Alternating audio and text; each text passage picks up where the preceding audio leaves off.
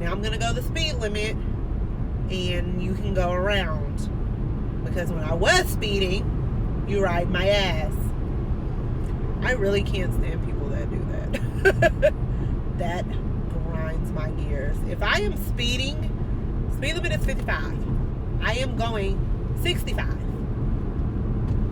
I am already speeding. Now you can go around.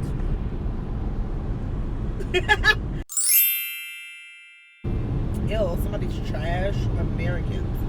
Okay, guys, so I am actually on my way to work, and we are going to do a car chit-chat vlog. You guys seem to really like this, and I took a poll over on the gram. So if you're not following me on the gram, you should, because that's where I get a lot of my video ideas from. And I just take a lot of polls and stuff like that. My Instagram story be popping. Just saying. So anyways, I asked you guys what should we talk about, and a lot of people wanted to talk about mom guilt. I don't know how many parents I have out there, but this is a thing when you have kids, no matter what age groups they are, kids that are at home and you are responsible for, and you decide to go back to school regardless of what school it is. So you guys are in nursing school, so we're just going to talk about it. A lot of people want to know, how did I get through nursing school and not feel bad about kind of putting school as a priority over other stuff. And yeah, that's our topic for today. So I'm going to tell you guys, it is a thing. Mom guilt is a thing.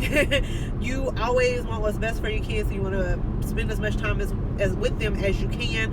And a lot of people who go to nursing school or go back to school, it is in conjunction with a job. Okay, it's like, I gotta work to afford my lifestyle and take care of my child, but I also want to go back to school to get a better education, a career that I can advance in, that's going to pay for me to have a good lifestyle. And with that, you know, it's like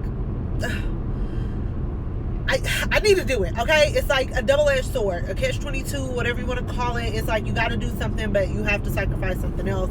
And for those of you who have been rocking with me for a while, you know that my kids are very active. They play a lot of sports. At one point in time, we were in football, travel basketball, travel baseball, and so both kids were in football. We were in travel basketball and travel baseball all at the same time. Okay, the same time. So it was rough. It was very hard to juggle. On top of that, I was a full-time nursing student. So basically what I would have to do is, school was a priority. I had to make sure that I passed, because in order for them to be able to continue to do the sports that they do, it is very expensive. So I needed a good job. So school was a priority for me. Being a medical assistant, I really enjoyed it, but it wasn't paying me enough. So what I had to do was I had to go to school, and I went to school at 8 o'clock in the morning. But what I would do is I would put my boys on the bus,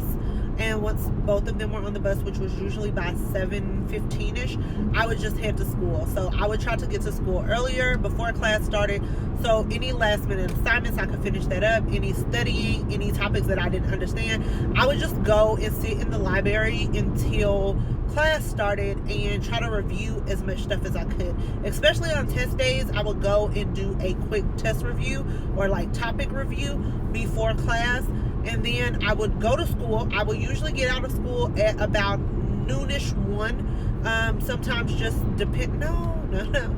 So I would go to school, and then we would usually get out of class, I believe, oh child, my memory is so messed up, but it was like probably around, I don't know, maybe 1-ish, 2-ish. And unless I had a clinical day where I was spending 12 hours a day at clinicals. And then I would go home, try to study as much as I could before the boys got out of school. Once they were out of school, my time went to helping them with their homework, because yes, school is supposed to teach them, but it's also our responsibility as parents to reinforce anything, help them with stuff that they don't understand. These days, I show my kids the easy way to multiply, because Common Core is a whole different thing. So yeah, I focus my time on helping them with homework. So I would cook dinner. We would eat dinner, watch a movie, or watch something on TV, and then it was time for them to shower, bed, and then what would I do? I would stay up until like maybe midnight, 1 o'clock in the morning, and do it all over again the next day. So there were some times where I would have to miss certain sporting events because I had clinicals. So say if my son had something to do and I was in a 12-hour clinical day, I don't get out until technically 7 p.m., but most of the time like 7:15, 7:30ish. And their football game started. It's raining. Great. And their football game started at 6:30, 7-ish. And my school was on the opposite side of town, so it would take me like 40 minutes to get there. I would miss like the beginning of games, or if at one point in time I was doing a weekend clinical group, so on Saturday I would miss every game, every whatever they had going on. And you know what I had to do? I had to legit, it's raining, I had to legit sit down and explain to them why I was missing it. One biggest thing I've learned is you got to communicate with your kids as well. You have to like sit down and say, look, mommy is gonna miss some games, mommy might be tired, I might be cranky, I might have a whole attitude and just blow up at everybody in this house over something very minute, but it's just because I'm stressed. School is very important, and now my kids realize. My son that's in the 9th grade has already been doing college tours and things like that, and that's something that I was never exposed to. Let's just be real. It was something that I was never exposed to, but he's already getting to that level where he realizes how important school is, and that means the world to me. They realize how hard I work, and they realize everything that I do. They will tell people in a heartbeat, my mom is a nurse and she is in school to be a different type of nurse, and the stuff that she does is hard. I will show them things, you know, my oldest is old enough to where we have to do the, you know, the STD talk, so I would show stuff in there. I would show different like skin cancers and lipomas and, you know, broken bones and what x-rays look like. Those are things that I show them. You got to show them so they know that mommy is telling the truth about the things that she is doing or what she has to do. And although you feel bad, they're watching you. That's motivation for them. They see you. Like our kids, we are our kids' biggest motivations.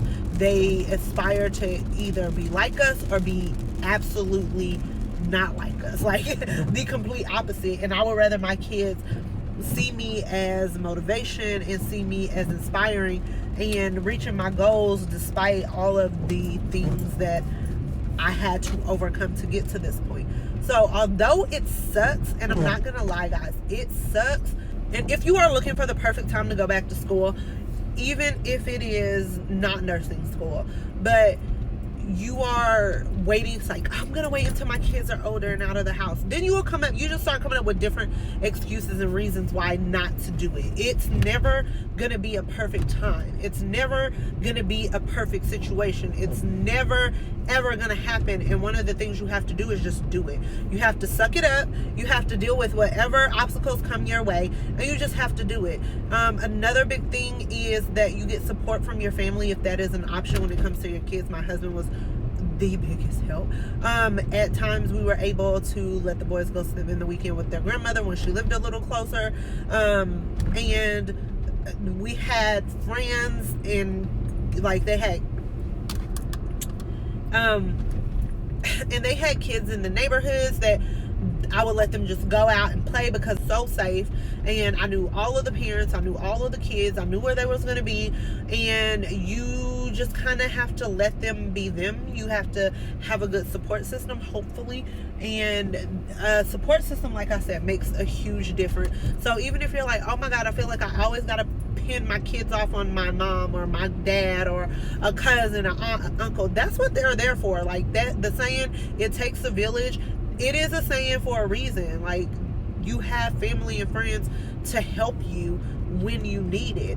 And even if I had to sit there and do homework between games, because like I said, my boys were on tourney teams, I would, okay, let me go to the car real quick and do a TI real quick. Let me go to the car real quick and do a response real quick. Let me pull up my ATI app and answer 15 questions in between games.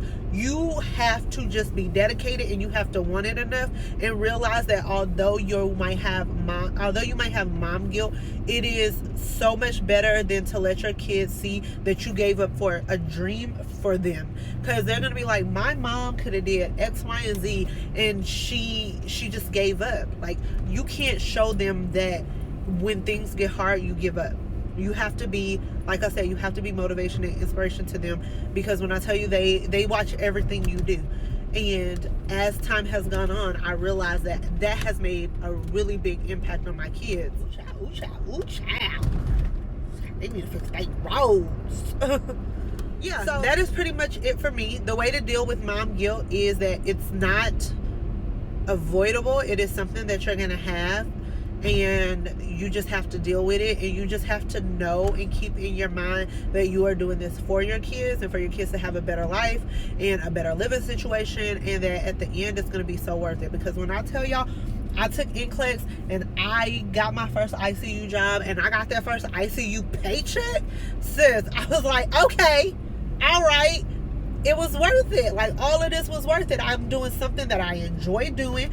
I am getting paid real good money, and I'm able to let my kids go and buy whatever they want and have more than what I had. I'm telling you guys, it is so worth it. So that is my spiel for this topic. I hope you guys enjoyed this car chit chat vlog as I'm on my way to work to boss up and conquer, handle these next 2 shifts.